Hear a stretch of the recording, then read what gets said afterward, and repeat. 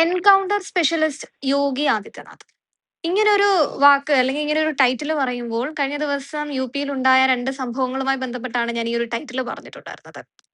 ഒരു ഉം. വിവാഹത്തിന് അല്ലെങ്കിൽ വിവാഹത്തിന് ദിവസങ്ങൾ മാത്രം ബാക്കി നിൽക്കെ വധുവിനെ വരന്റെ മുൻപിൽ അല്ലെങ്കിൽ അവരുടെ മുൻപിൽ വെച്ച് ബലാത്സംഗം ചെയ്ത ബിജെപി നേതാവ് ഉൾപ്പെടുന്ന സംഘത്തെ എൻകൗണ്ടർ ചെയ്തു. ആ. അതോടൊപ്പം തന്നെ മറ്റൊരു സംഭവമാണ് ഈ കഴിഞ്ഞ ദിവസമായിരുന്നല്ലോ പെരുന്നാൾ കഴിഞ്ഞിട്ടുണ്ടായിരുന്നത്. ആ.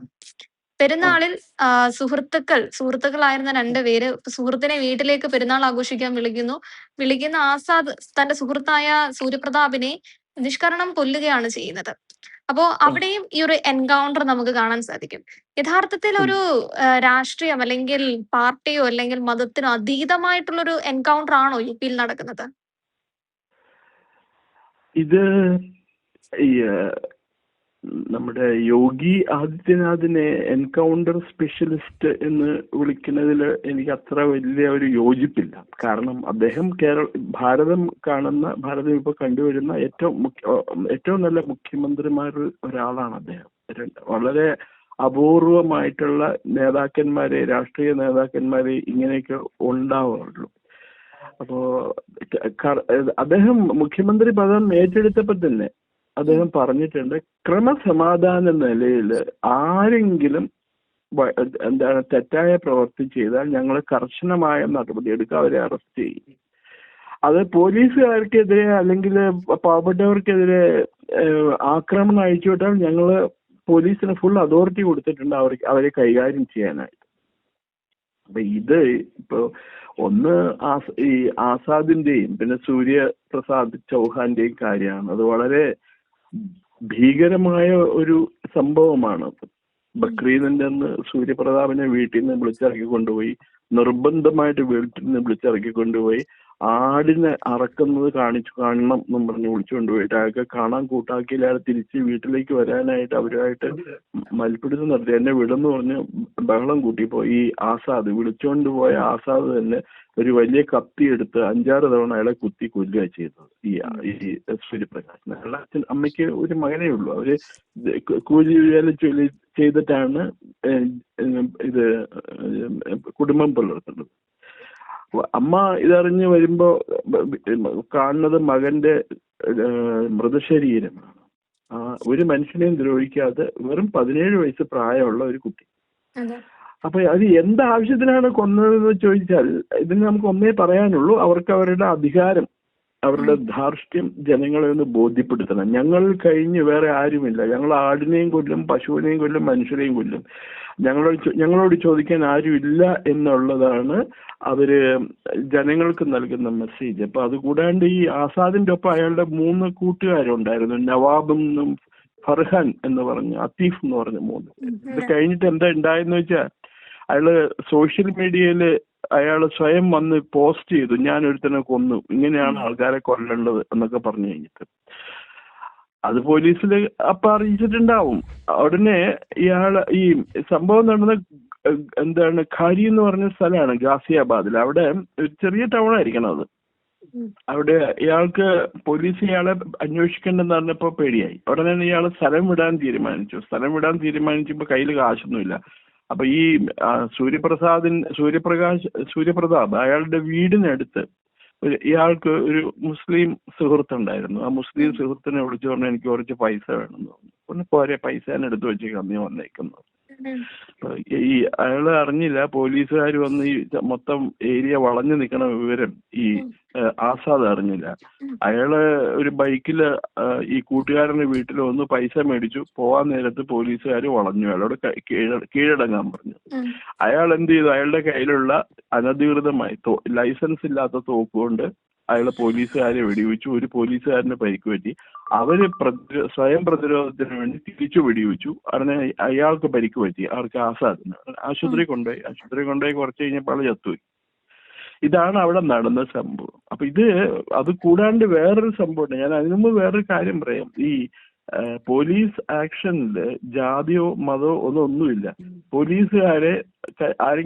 പോലീസുകാർക്കെതിരെ ആക്രമണം അഴിച്ചു വിട്ടാൽ തിരിച്ചടിച്ചിരിക്കും എന്നുള്ളത് ഉറപ്പാണ്. ഇപ്പൊ ഏതാനും വർഷം മുമ്പ് യോഗി ആദിത്യനാഥിന്റെ ആദ്യത്തെ ടെനുവറില് ഒരു സംഭവം ഉണ്ടായി. അവിടെ വിവേക് ദുബൈ എന്ന് പറഞ്ഞൊരു ബ്രാഹ്മണനാണ്. അയാള് ഒരു അധോലോക നായകനായിരുന്നു. അയാള് അനധികൃതമായിട്ട് ഒരു വലിയ കെട്ടിടം പണിതു.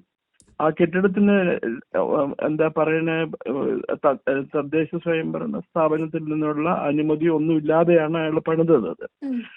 അപ്പൊ അത് പൊളിച്ചു മാറ്റാനായിട്ട് പലവട്ടം ഓർഡർ കൊടുത്തു. അയാൾ കേട്ടില്ല. ഉടനെ ഗവൺമെന്റിന്റെ സൈഡിൽ നിന്ന് ഈ മുനിസിപ്പൽ കോർപ്പറേഷൻ അവിടേക്ക് ബുൾഡോസർ അയച്ച് ആ വീട് പൊളിച്ചു മാറ്റാനായിട്ട് ശ്രമിച്ചു. അപ്പൊ അയാളുടെ കൂട്ടുകാരും കൂടി ഈ ഇതിന്റെ ഒപ്പം ബുൾഡോസറിന്റെ ഒപ്പം ഗാർഡ്സ് ആയിട്ട് വന്ന് 8 പോലീസുകാരെ വെടിവെച്ചു. ഓക്കെ, എന്താ ഉണ്ടായത്? എന്നിട്ട് അയാൾ ഒളിവിൽ പോയി. ഒളിവിൽ പോയി കഴിഞ്ഞിട്ട് ഈ കൂടെ ഉണ്ടായിരുന്നവരെ പോലീസുകാർ 3-4 പേരായിട്ട് വധിക്കുകയൊക്കെ ചെയ്തു. പിന്നെ 3 പേരായിട്ട് അറസ്റ്റ് ചെയ്തു. ഇയാളെ പിടികിട്ടിയില്ല. ഇയാൾ മധ്യപ്രദേശിൽ ഉജ്ജയിൻ എന്ന് പറഞ്ഞ സ്ഥലത്ത് പേര് അമ്പലത്തിൽ കയറി ഒളിച്ചിരുന്നു. അപ്പൊ ഇയാളെ കിട്ടിക്കഴിഞ്ഞാൽ കൊന്നേക്കാനായിട്ടാണ് ഓർഡർ, പോലീസിന്റെ ടോപ്പ് ലെവലിൽ നിന്ന് ഓർഡർ വന്നത്. കാരണം ഒരു പോലീസുകാരനെ 8 പോലീസുകാരെ കൊന്നു, 1-2 പേരെ ഒന്നും അല്ല കൊന്നത്. ദെൻ മധ്യപ്രദേശ് പോലീസുമായിട്ട് ഉത്തർപ്രദേശ് പോലീസ് ബന്ധപ്പെട്ടു.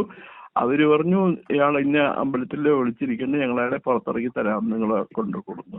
ഇങ്ങനെ അവിടുന്ന് പോലീസുകാർ ചെന്ന് അമ്പലത്തിൽ നിന്ന് അയാളെ പുറത്തിറക്കി കൊടുത്തു. UP പോലീസ് അറസ്റ്റ് ചെയ്തു. അറസ്റ്റ് ചെയ്ത് കഴിഞ്ഞിട്ട് ഇയാളെയും കൊണ്ട് മധ്യപ്രദേശിൽ നിന്ന് UPയിലേക്ക് വന്നു. ജീപ്പിൽ വന്നു. ജീപ്പ് UP ബോർഡറിൽ കയറി കുറച്ചു നേരം കഴിഞ്ഞപ്പോൾ ജീപ്പ് മറിഞ്ഞു കഴിഞ്ഞ വഴി ഇയാൾ ഓടി രക്ഷപ്പെടാൻ നോക്കി, നിക്കാൻ പറഞ്ഞു, കേട്ടില്ല. ഇയാളെ അപ്പൊ കൊന്നുവരും ഈ വിവേക് ദുബൈ.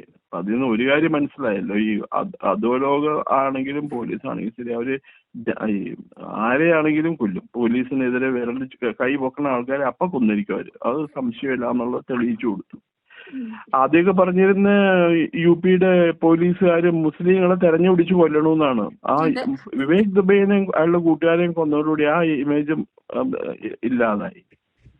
നമ്മുടെ മുൻ പ്രസിഡന്റ് ഉണ്ടല്ലോ, മുൻ വൈസ് പ്രസിഡന്റ് ഉണ്ടല്ലോ, എന്താ പറയുക, ഖാലിദ് അൻസാരി എന്ന് പറഞ്ഞിട്ട്, അയാളുടെ മരുമകൻ ഒരു ഗുണ്ടയുണ്ടായിരുന്നു, അത്തീഖ് അൻസാരി എന്ന് പറഞ്ഞിട്ട്. അത്തീഖ് അൻസാരി ഒരു ഗുണ്ടാ തലവനായിരുന്നു. അയാളെ ഇതേപോലെ പോലീസ് വെടിവെച്ച് കൊന്നിട്ടുണ്ടായിരുന്നു. അപ്പൊ ഇത് നടന്നത്. അപ്പൊ ഈ കഴിഞ്ഞ ദിവസം നടന്നത് വളരെ എന്താ പറയണ മറ്റൊരു മൃഗീയമായ ഒരു സംഭവമാണ്. ഒരു പെൺകുട്ടി അവരുടെ വിവാഹത്തിന് 2-3 ദിവസം മുമ്പ് അവരുടെ ഭാവി വരന്റെ മുന്നിലിട്ട് അവരെ ബലാത്സംഗം ചെയ്തു. അപ്പോ ഇത് ചെയ്തത് ഒരു ഹിന്ദു നേതാവാണ് ആ ഏരിയയിലുള്ളത്. അപ്പൊ ഈ അധികാരത്തിന്റെ തണലിൽ എന്ത് കൊടും ക്രൂരത ചെയ്താൽ കൂടി നിയമത്തിന്റെ മുന്നിൽ നിന്ന് രക്ഷപ്പെടാമെന്ന വ്യാമോഹം UPയിൽ നടക്കില്ല. പ്രത്യേകിച്ച് യോഗി ആദിത്യനാഥ് മുഖ്യമന്ത്രി ആയിരിക്കുന്ന UPയിൽ നടക്കില്ല എന്ന് ഉറപ്പിക്കുന്ന ഒരു വാർത്തയാണ് ഇപ്പൊ ലേറ്റസ്റ്റ് ആയിട്ട് വരുന്നത്. തീർച്ചയായും ഈ 2 കേസുകൾ ഒരുമിച്ച് പറഞ്ഞതുകൊണ്ട് മാത്രമാണ്, അല്ലെങ്കിൽ ഈ രണ്ടാമത്തെ കേസ്, ഇപ്പൊ ആസാദിന്റെ കേസ് മാത്രം പറയുകയാണെങ്കിൽ പറഞ്ഞേനെ, സർ ഇടയ്ക്ക് സൂചിപ്പിച്ച പോലെ മുസ്ലിങ്ങളെ മാത്രം തിരഞ്ഞു പിടിച്ച് യോഗി കൊല്ലുകയാണ്, അല്ലെങ്കിൽ യോഗിയുടെ പോലീസ് കൊല്ലുകയാണ് എന്ന ഒരു ടാഗ് ലൈൻ ഉണ്ടായിപ്പോയേനെ. അതെ ഇതിപ്പോ എന്താ ഒരു സംശയമില്ലല്ലോ, ഇത് മറ്റൊരു തെളിവ് കൂടിയാണ്. ഈ ജാതിയും മതമൊന്നും ഇല്ല കുറ്റം ചെയ്ത് കഴിഞ്ഞിട്ടുണ്ടെങ്കിൽ. ഉത്തർപ്രദേശിലെ BJPയുടെ ഒരു യുവമോർച്ച മണ്ഡൽ വൈസ് പ്രസിഡന്റ് ആയിരുന്നു ഈ പെൺകുട്ടിയെ മാനഭംഗപ്പെടുത്തിയത്. ഭാവി പ്രതിശ്രുത വരന്റെ മുമ്പിൽ വെച്ചിട്ട്. അയാളുടെ പേര് ബബ്ലു സിംഗ് എന്നാണ്, ഈ ഗുണ്ടയുടെ പേര്. അയാളെ വിളിച്ചിരുന്ന ഭൂത് എന്നാണ്. അപ്പൊ അയാളുടെ വിചാരം, ഞാൻ രാഷ്ട്രീയമായിട്ട് എനിക്ക് സ്വാധീനമുണ്ട്, യോഗി ആദിത്യനാഥാണ് മുഖ്യമന്ത്രി, ഞാൻ എന്ത് ചെയ്താലും ആരും ചോദിക്കില്ല എന്ന് വിചാരിച്ചു. അത് മാറ്റി കൊടുത്തു. അത് പക്ഷെ അത് കാണാൻ അയാളില്ല, അയാൾ കൊന്നുകളഞ്ഞവര്. മുഖ്യമന്ത്രി ഈ എന്താ അവര് ഈ യുവതിയും പിന്നെ അവരുടെ ഈ പ്രതിശ്രുത വരനും കൂടി പരാതി കൊടുത്തു പോലീസ് സ്റ്റേഷനിൽ പരാതി കൊടുത്തിട്ട് ഈ ബബ്ലു സിംഗിനെ പേടിച്ചിട്ട് എന്ത് പറ്റി, പോലീസ് കേസ് എടുക്കാൻ സമ്മതിച്ചില്ല. അങ്ങനെയാണ് അവര് നേരിട്ട് മുഖ്യമന്ത്രിയെ പോയി കണ്ടത്.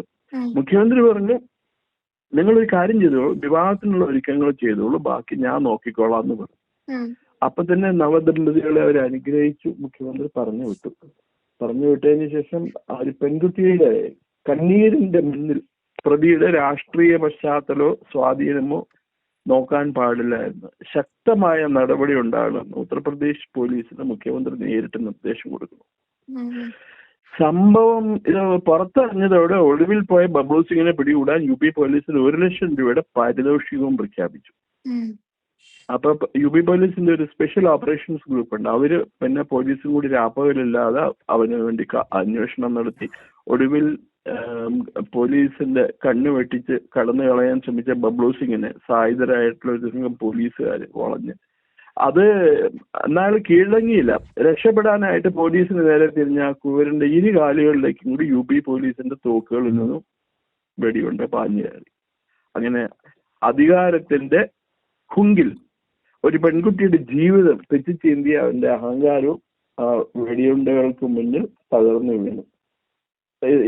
എന്നിട്ട് കാലുകളിൽ വെടിയേറ്റിട്ട് നിലത്ത് വീണ് ഇയാളെ ഈ ക്രൂരതയ്ക്ക് കൂട്ടുനിന്ന ലളിത്, യുവരാജ് സിംഗ് ഇവരെയൊക്കെ പോലീസ് അറസ്റ്റ് ചെയ്തു.